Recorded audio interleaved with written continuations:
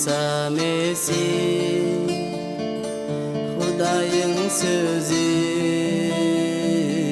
durmuş coşkunu İsa Mesih Hudayın sözü durmuş coşkunu senin adında günem yuvuldu bütün kalbimi sana tapşırdım senin adında günem yuvuldu bütün kalbimi sana tapşırdım. Salam, mehriban ildeşler. Men sizin şunki programma goşup bilýäniňizde ören şad. Men her separ şu gepleşigimizi bilen, sizin bilen duşuma sabırsyzlyk bilen garaşýan. Men şunki gepleşigimizde öwrenjek zatlarymyz sizin ruhy taýdan durmuşyňyza kömek eder dip umid etýän. Sebäbi men her separ şu programma üçin gepleşigi taýarlamda men esasy maksadım size ruhu taýdan kömek etmek, ruhu durmuşyňyzda. Sebäbi şol durmuş biziň fiziki durmuşymyza gaty uly täsir etýär.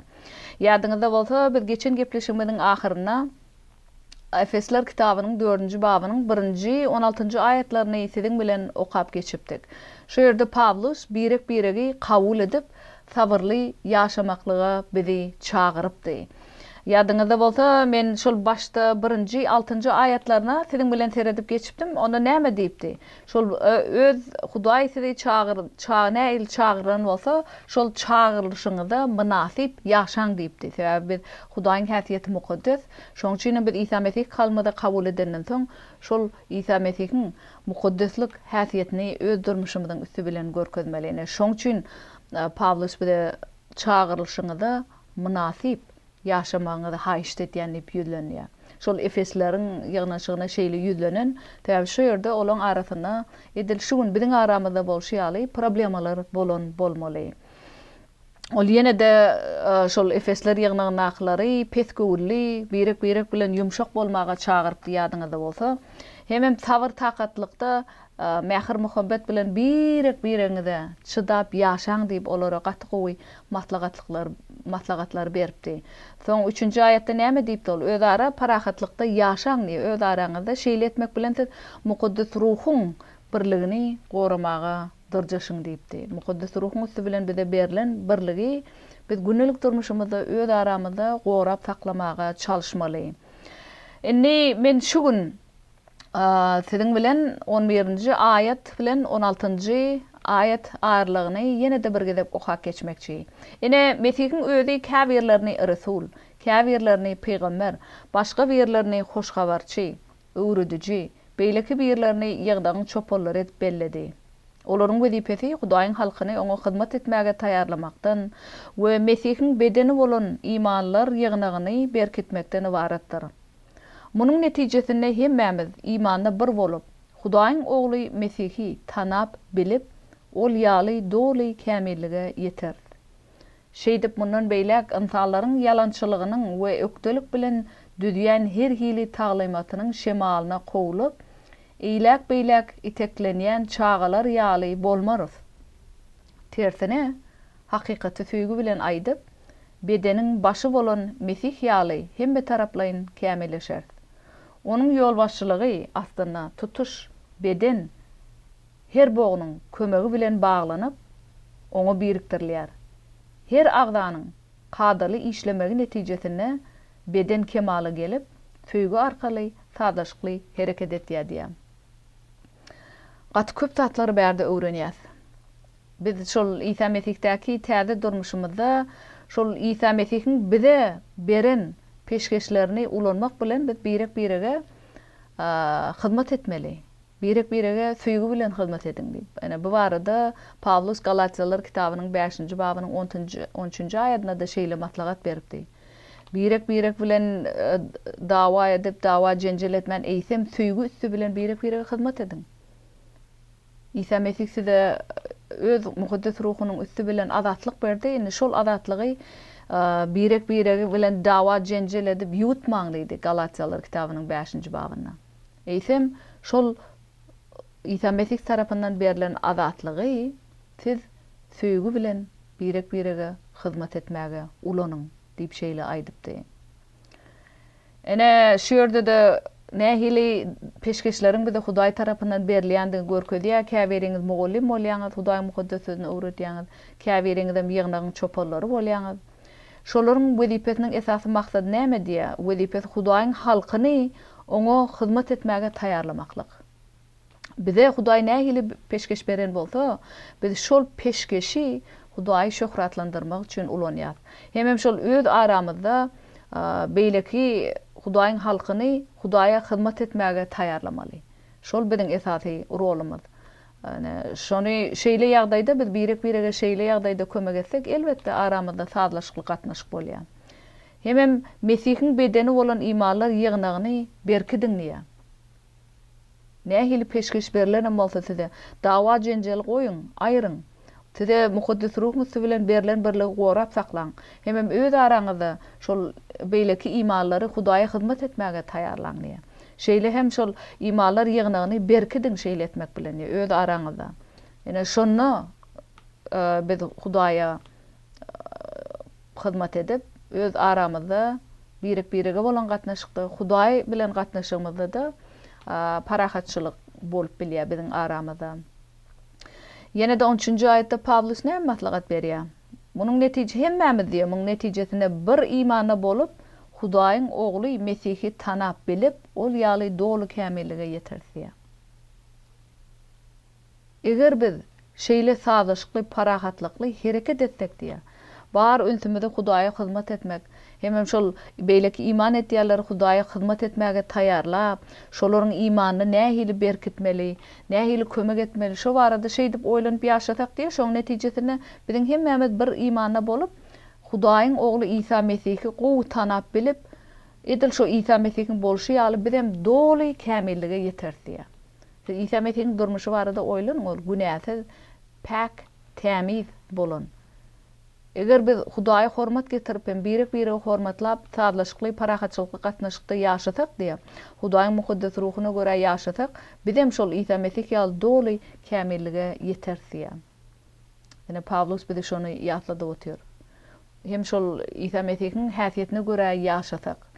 Ýadyňyza düşýän men Kolosiýalar kitabynyň 3-nji babynyň 10-njy aýatyna size ýatlatypdym. Siziň şu İsa Mesihde täze durmuşyňyz näme, täze eşigiňiz nämedi? Rahim şepagatdy, şeýle dämi? Rahim şepagat, mähribanlyk birege bolan. Hemem sabr takatlylyk, ýumşaklyk. Ene şu zatlar biziň täze eşigimiz. Şu täze eşigimizi giýip, şoňa görä biz günnelik durmuşymyzda hereket etsek, bizim İsa Mesihiň ýaly doly kämillige ýetýär. Ýuwaş-ýuwaşdan. Şu zatlaryň hemmesi diňe Hudaýyň merhameti bilen mümkin. Men bilýän öz güýjüme men hiç zat daýanyp hiç zat etip bilmeýän. Diňe Hudaýyň merhameti maňa beýleklere rahim şepagat edip, mähirlik görkezmäge, ýumşak bolmaga, beýlekler bilen sabr takatly bolup, çydamaga Hudaýyň mukaddes ruhy kömek etýär. Eger men käwat özüm şeýle gowşak duýýan, hatda yerimden hem galmaga güýjüm ýok ýaly duýýan. Şeýle ýagdaýda men diňe Hudaý maňa öz mukaddes ruhyny bilen güýç ber. Hem meni öz töýgüňe görä, hem öz mukaddes pak sözüňe görä dikelt. Maňa şu günüň içinde saňa hormat goýup ýaşamaga kömek et. Men aňyma kontrollyk et, kalbyma kontrollyk et. Men ýüregim seň eliňde. Sen ony islen ýeriňe äkidip bilýän. Islen ýeriňe ýol görkezip ugrutyp bilýän. Özüň et diýip şeýle dilek etip bilýän. Sedem şeýle dilek etýän. Şeýle dilek etmeklik diýili çok Hudaýyň öňüne şeýle kömek sorap dilek etmeklik bu pesbärlik görkezýär Hudaýyň öňünde de hem birege bolan gatnaşygymyzda da. Men ýene de şeýle köplen şol Medmur 15-de Dawud paçaň dilek etýär. Men bilýän eger Hudaýyň mukaddes ruhuny görä ýaşamasam, mende de dawa jenjel hem kalbymda hiç rahatlyk ýok. Men tene göre hareket etmek isläwatyn, öz ýolumy isleýän.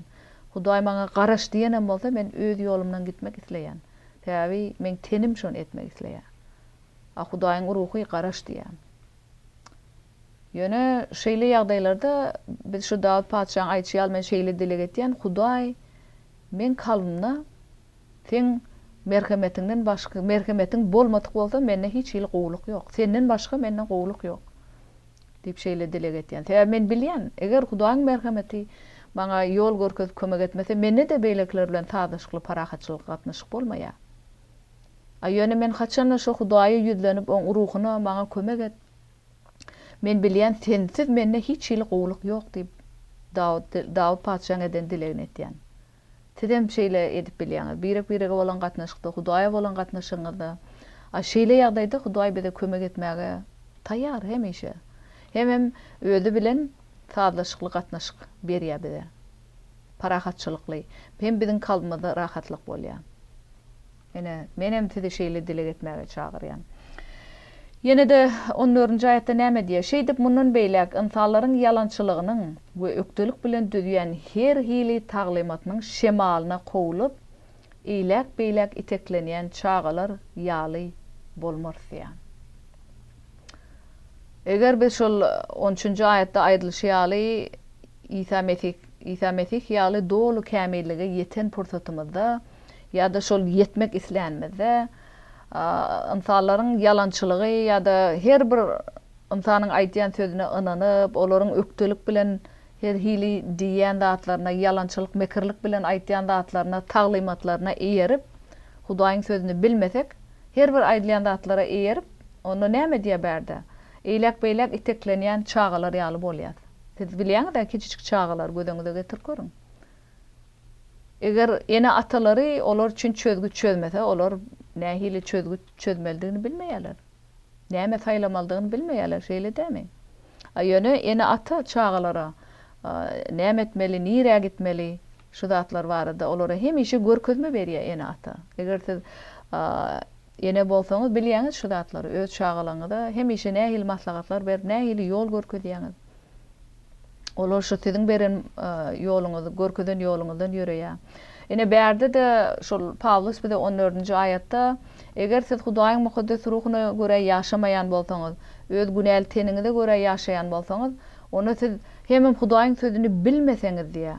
Her bir aýdylan taglymatyň ýygyna eýerip otursaňyz diýär.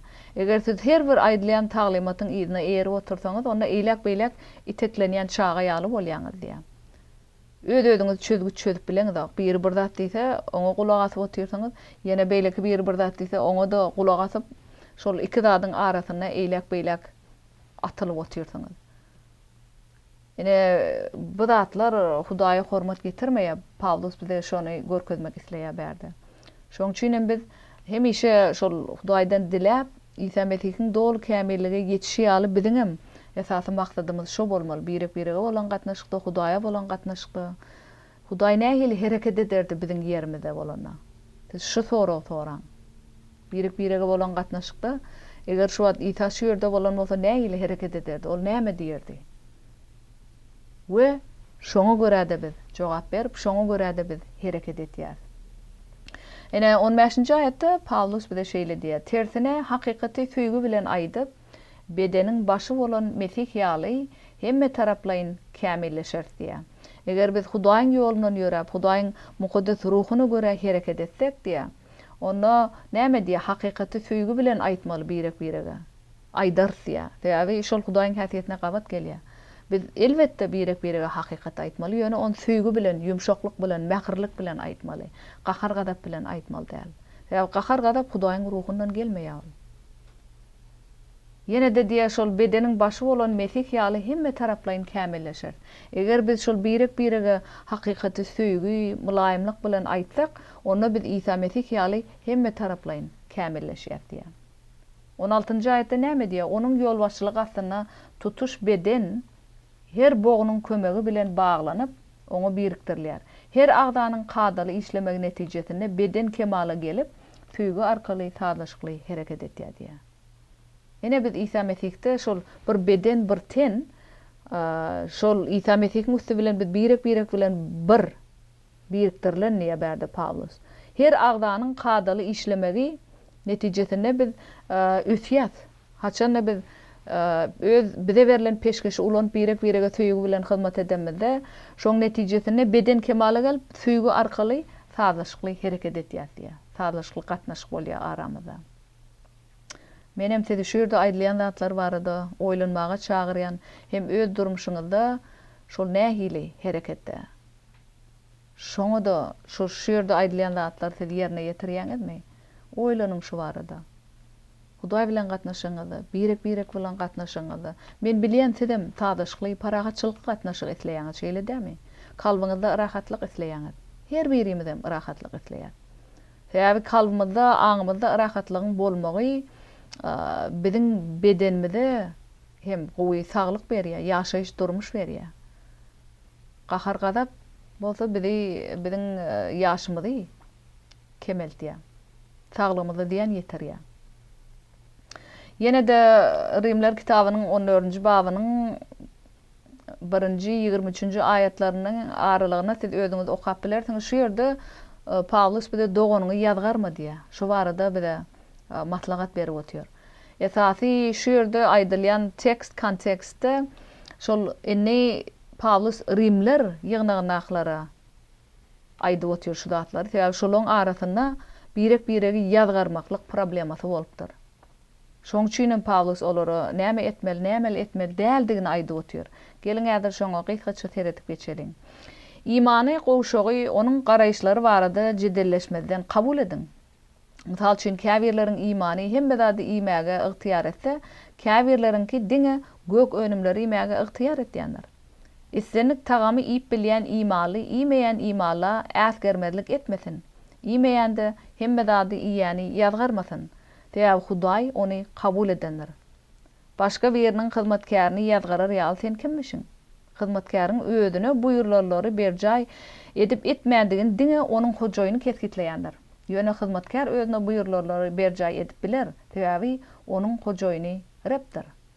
Onuň ol hyzmatkaryny kuwatlandyrmagy başarýanlar diýär. Ene şu ýerde görüşme diýäli şol biregiň arasynda şeýle dawa jenjel dyrjaşma bolup otýar. Kim näme iýmeli, kim näme iýmeli däl.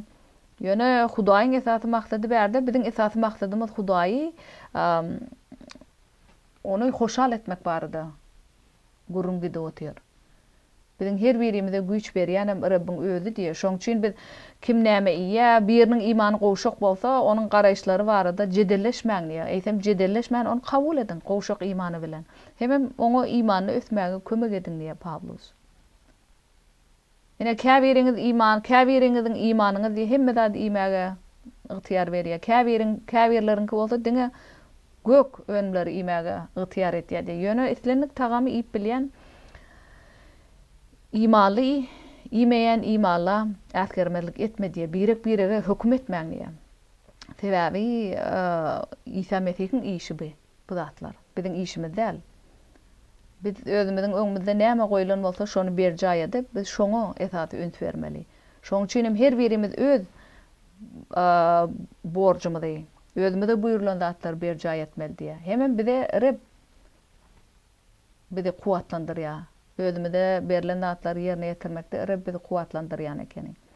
Şoň üçin ýene-de 5-nji aýatda diýär, käbir adamlar bir güni beýlek güllerden has wajyp saýanlar, käbirler bolsa hemme gülleri deň görýär. Goý mundan beýlägem her kim öz janyna görä pikir edibersin. Kim haýsydyr bir güni wajyp etýän bolsa, muny Rab üçin saýanlar. Kim hemme-de iýip bilýän bolsa, Rab üçin iýendir. Sebäbi ol iýen zatlar üçin Hudaýa şükür etýänler. Kim käbir zatlar iýmeýän bolsa, Rabbiň hatyrasy üçin iýmän Hudaýa şükür etýänler diýär. Ene şu ýerde biz görýäs Pawlus nähili olara matlagat berip otyr. Olaň arasynda şeýle düşünmezlik bolan bolmaly. Biregi bilen dyrjaşyp, biregi bilen dawalaşyp, sen onu iýmeli däl, men onu etmeli däl, sen muny etmeli däl. Şeýle problemalar bolup oturun. Biregi ýazgaryp oturun olar. Her bir hereket üçin. Men bilýän şu biziň öz aramyzda da bolup bilýän. Täbi biz insan tene göre hereket etýäs. Hudaýyň mukaddes ruhyna göre hereket etmän. Siziň öz araňyzda şu biregi ýazgarma bolýarmy, bolup geçýärmi? Eger sizde de bolsa men sizi şol Rimler kitabynyň berde Pawlusyň matlagat berip oturşy ýaly Rimler kitabynyň 14-nji babynyň dolu şol dolu baby okan. Hem şu ýerde Hudaý size nähili hereket etmäge matlagat berýär öz mukaddes sözüniň üstü bilen. Ene berde 19-njy aýatda näme diýär? Pawlus, ene siziň araňyzda nähili problema bolubersin diýär. Şonuň üçin de parahatlyga, bir-birimizi imana güýçlendirmäge, ýardam etjek işleri etmäge dyrjaşyň diýär. Siz näme iýmeli, näme giýmeli, näme etmeli däl, ene şeýle kada kanun düzgünlere üns berip esasat adiýatdan çykarýaňyz diýär. Esasat näme? Siz İsa Mesih'e iman etýärler hökmünde bir beden tennäki ýygnak hökmünde siz parahatlykda bolmaly birek bilen diýär. Bir-birimizi imana güýçlendirmäge näme zat bize kömek etýär? Şeýle işleri biz berjay etmäge dyrjaşmaly öz aramyzda. Ene men beýleki doganymy şol imanda nähili men onu güýçlendirip bilerin. Näme şol imany güýçlendirip bilýän bolsa, men şol zady etmäge dyrjaşmaly. On sen onu edeňok, muny edeňok diýip ýazgarmaga däl de, eýsem imanyny güýçlendirjek zady üns beriň diýär Pawlus.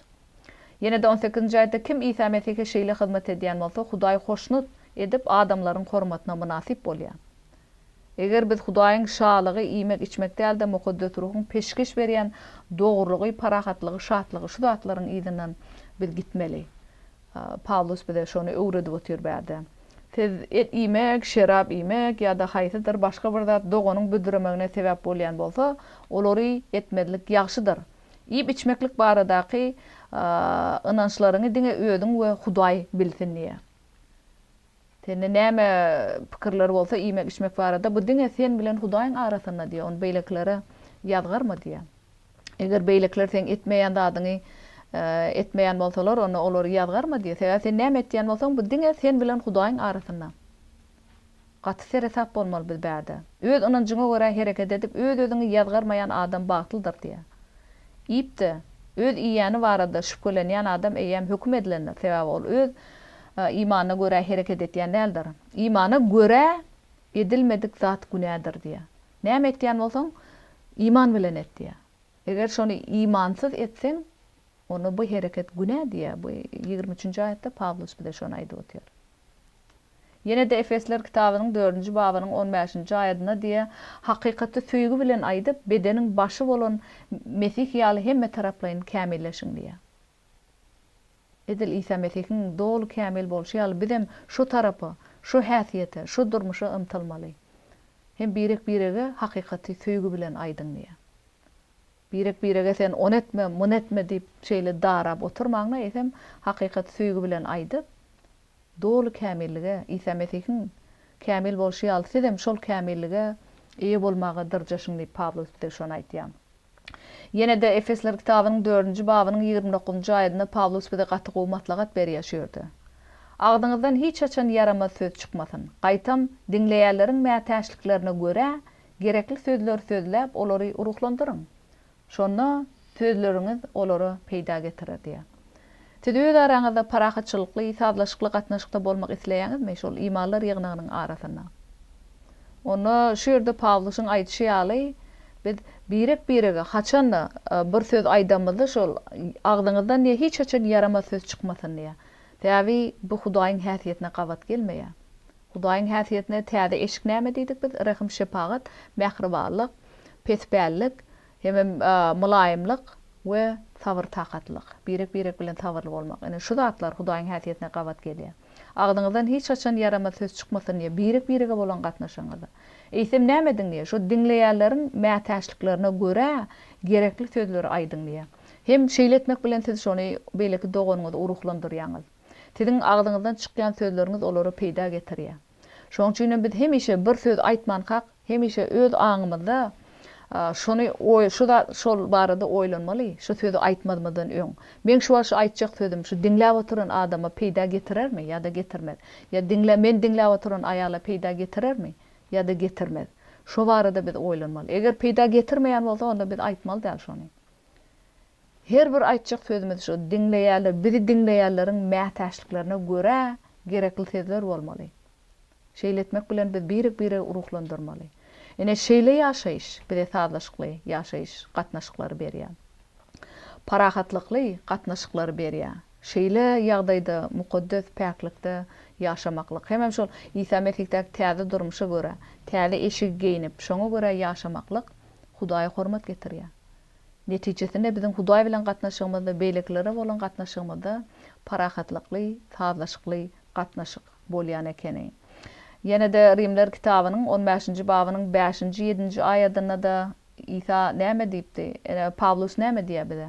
İsa bizi kabul etýär bizem beýlekleri eger biz olar bilen ılalaşmaýan bolsak kabul etmeli. İsa Mesih'e erip onuň atasy bolan Hudaýymyz bir ýürekden we bir agızdan şöhratlandyryp bilerňiz ýaly.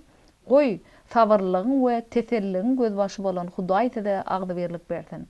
Şoňa görä de Hudaýy şöhratlandyrmak üçin İsa Mesih sizi nähili kabul eden bolsa, siz de bir-biriňizi şonuň ýaly kabul edin diýär. Gaty gowy maslahatlar berýär. Sabarly bolun diýär, teselli bolun. Sebäbi Hudaý sabarly Hudaý, teselli berýän Hudaý diýär. Ol size agdy berlik berýär. Eger siz birek bilen sabarly, söýgü gatnaşykda bolsaňyz, ene şeýle hereket diýär Hudaýa şöhrat getirýär diýär. Edil İsa Mesih sizi öz günäňiziň içinde kabul etýär, sizden birek kabul edin diýär. Şonda biz siziň doganuňyzy söýýändiňizi görkezýär. Hem Hudaýyň adyna şöhrat getirýär diýär. Ýene de biz görýäs başga aýatlarda da 1-nji Korintoslar kitabynyň 6-njy babynyň 7-nji aýatyna näme diýär? Bir-biriňiz bilen kadyetde dawalaşmaň, siziň eýem ýeňlendiňizi habar berýär diýär. Eger siziň öz araňyzda dawa jenjel bolsa, şonda siz şu dawa jenjeli eýem kadynyň ýanyna äkitmäkäň öz araňyzda çözüň diýip otyr. Şonu Pawlus bize öwretýär. Öz araňyzda birek-biriň arasynda şonu çözüň diýip otyr. Bölünç getirýän häsiýetlerden azat bolun diýär Pawlus ýene de. Efesler kitabynyň 4-nji babynyň 31-nji aýatyna şeýle diýär. Her hili öýkekeni gahargada paýş sözler aýtmak, töhmet atmak ýaly ýigrençi häsiýetler sizden daş bolsun diýär. Menem sizi şeýletmäge çagyrýan. Şu erwet häsiýetler aýryň araňyzdan. Birek bilen sabarly bolup, hem sabarly, söýgüde sizi ýaşamaga çagyrýan. Hem parahatçylykly, sazlaşykly gatnaşykda bolmaga çagyrýan. Gynantagan biziň şu günki gepleşigimiz tamamlanýar. Sizi ýene de indiki gepleşige goşulmaga çagyrýan. Häzirlikçe hoş sag bolun.